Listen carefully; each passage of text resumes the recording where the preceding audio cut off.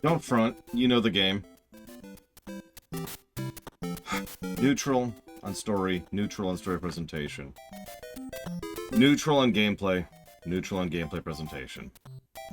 Super Mario Bros. 1, we did review the very first version, by the way. By which I mean, like, the third version. The NES version. It's the granddaddy. I thought about just reciting everything I said at the beginning of the stream, but then I realized it's all at the beginning of the stream. Go watch that. But what I will tell you right now is a couple things about this game really fascinated me. Ignoring the fact that this game started off as the same as any other video game that was coming out at the time, it also did the very first time in a large scale where we actually were merging genres together. I know that sounds strange, because nowadays we just think of this as a platformer, but that it was actually trying to... Before this, platforming was just jumping, and combat games were just combat. This is trying to merge the two into one, and creating what we now think of as the modern platformer. They also, there's all sorts of information. Like I said, I'm not going to repeat it all. But two other things really jumped out at me. First of all, for those of you who've ever studied the video gaming crash, you know that one of the biggest reasons for the crash isn't even necessarily the flagrant greed that was happening at the time. Although that was a thing. No, instead, it was the fact that people would make a game that they had seen, right? Like, imagine you're sitting down and you see someone make Pong, and you're like, that's cool. I wonder if I can make that. This whole programming thing is new, interesting, and exciting. So you'd make your version of Pong, and you'd release it. It's almost identical, but you made it. You made your own version of Pong, and you'd sell it. And then there's a third, and a fourth, and a sixth version. This was one of the biggest contributors to the crash. There's other stuff. It's a big topic. But that's a big thing. And the Nintendo developers, Nintendo EAD, although they weren't even called that yet, were doing the same freaking thing. And then what ended up happening is while they were playtesting stuff for the game that would eventually become this game, they ran into glitches or bugs or unforeseen things, and their playtesters said, that's fun. And what most developers would have done, and even these developers thought about doing, was they would have said, okay, cool, ship it, it's fun. But they did something so unique that I can't even believe I'm saying this. They thought about it. They sat back and said, hang on, why does that work? Why is this fun? What's interesting about it?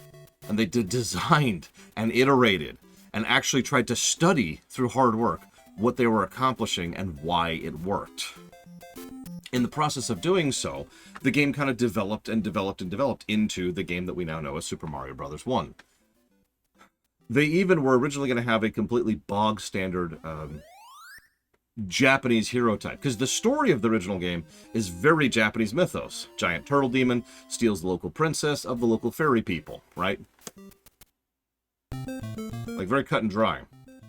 And then, because of the fact, completely by coincidence, because of the fact that their Mario Brothers game, which was already out at this point, was selling quite well, they decided, let's take that guy. Let's make this a sequel to that. And so they replaced the typical, Japanese hero type, archetype, with Mario. And this exploded. Because even back then in the early 80s, the idea of the main hero being just an everyman was actually really resonating with people. In fact, that should sound familiar because it's one of the reasons Die Hard succeeded so well too. So, you've got an engaging main hero, and you've got a gameplay that was just completely just blowing everyone away. These people were inventing level design as we know it today while making this game. And there's other factoids I'm not going to bore you with. But all of this leads to why I'm actually proud of the fact that I beat this game for the second time. Second time I did it on stream, with no cheats, with no save states, and with no warps. There's only 2 times I've ever actually accomplished that.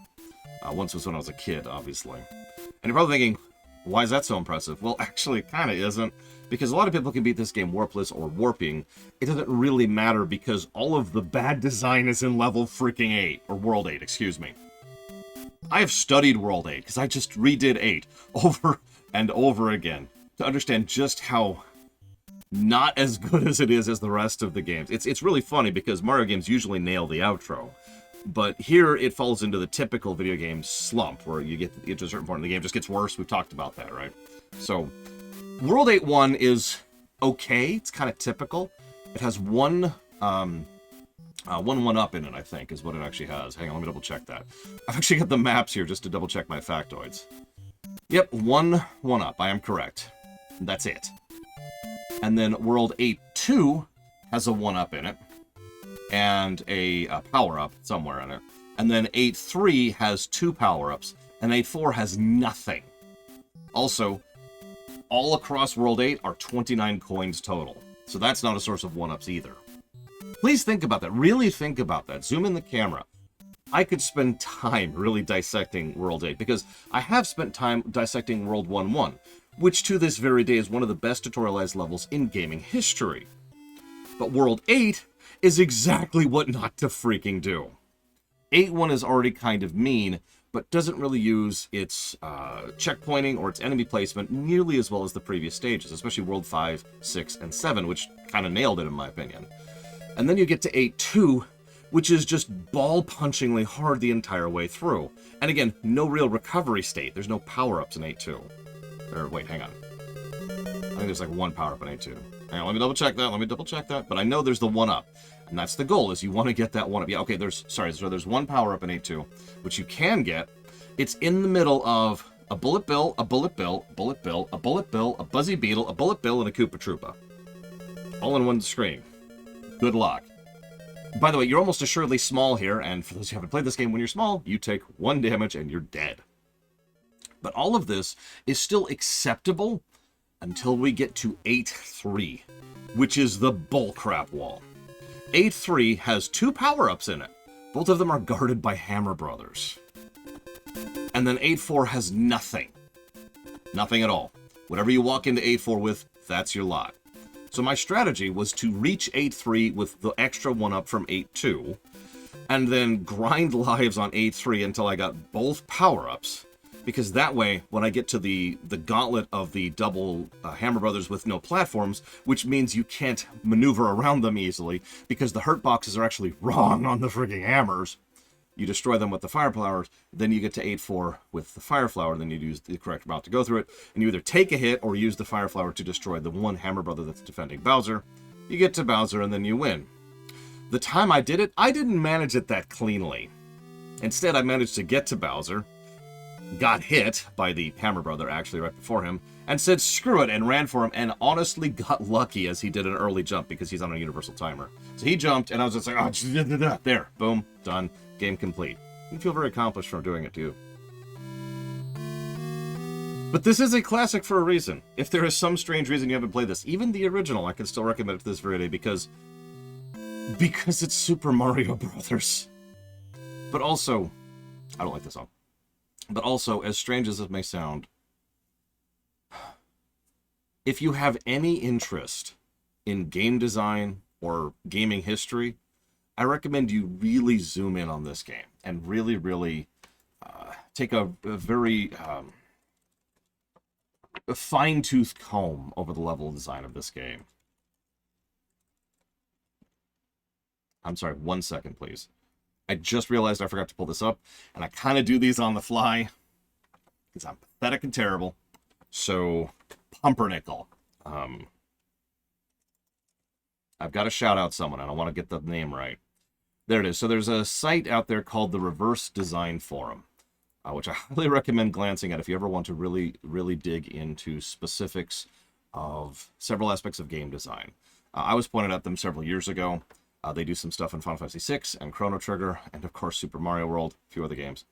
But the reason I bring this up right now is because the nature of exactly how they design all this stuff is awesome, and the Reverse Design Forum. I was actually looking for the name of a guy, and I can't frickin' find his name. I'm so sorry if you're watching this. He's commented on my videos, and he and I have poked each other on Twitter before. And of course, I can't find his freaking name. It's not on the website. It's not on the website. Whatever. The guy from the Game Design Forum, or the Game Design Forum stuff, I highly recommend it. It's some awesome stuff. Go check it out. Otherwise, we're about to stream New Super Mario Bros. 2.